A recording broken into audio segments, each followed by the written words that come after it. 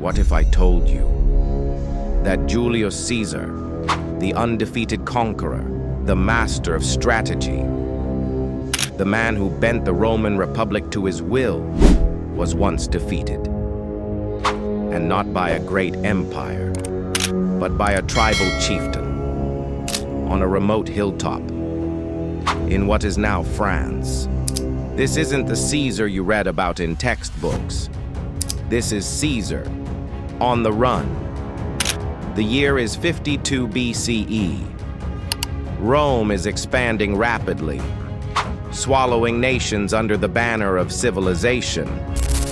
But in the highlands of Gaul, a storm was rising. One man, young, defiant, and fiercely intelligent, would challenge the might of Rome. His name was Vercingetorix. Now, you may not know that name. That's because history usually favors the victor. And Caesar? He made sure his version of events survived, but beneath his writings lies a story of rebellion, of pride, and rare Roman failure. Gaul wasn't a country. It was a mess of tribes, each with its own leaders, grudges, and language. Rome saw them as weak, disorganized, perfect prey.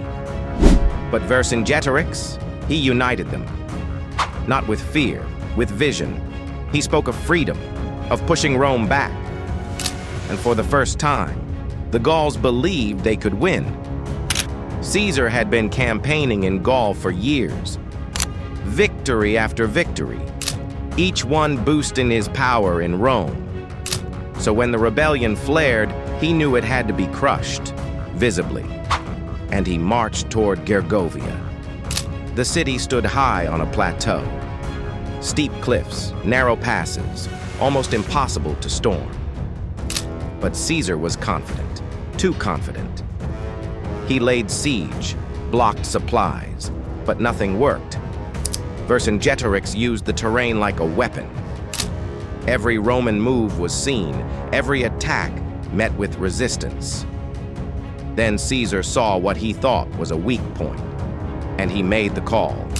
A full assault, uphill. His men, tired and exposed, charged forward, but it was a trap. Gallic warriors rained down javelins and stones. Formations broke.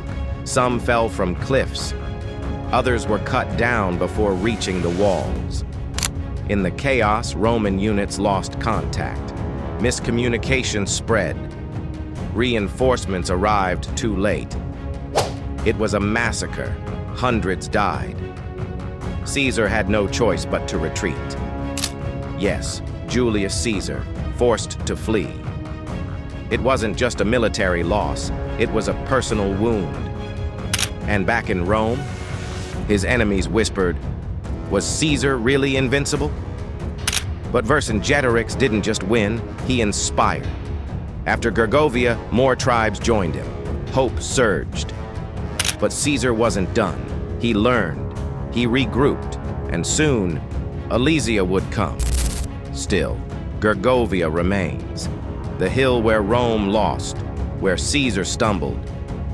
And the man who did it wasn't a king, wasn't Roman. He was Vercingetorix, a rebel, a symbol, a name Caesar couldn't erase. So next time someone tells you only the victors write history, tell them about Gergovia, because on that hill the greatest conqueror of Rome was humbled. And for once, the echo of resistance rang louder than empire. And the hill spoke, not of Caesar's glory, but of his fall. History is full of shadows, secrets, and forgotten voices, and we're here to bring them back to life. If this story moved you, imagine what else waits to be uncovered. From ancient fortresses to whispered legends, each tale holds power. So if you crave more journeys into the mysterious and the true, don't forget to like this video, leave your thoughts in the comments, and most importantly, subscribe, because some stories deserve to be told again.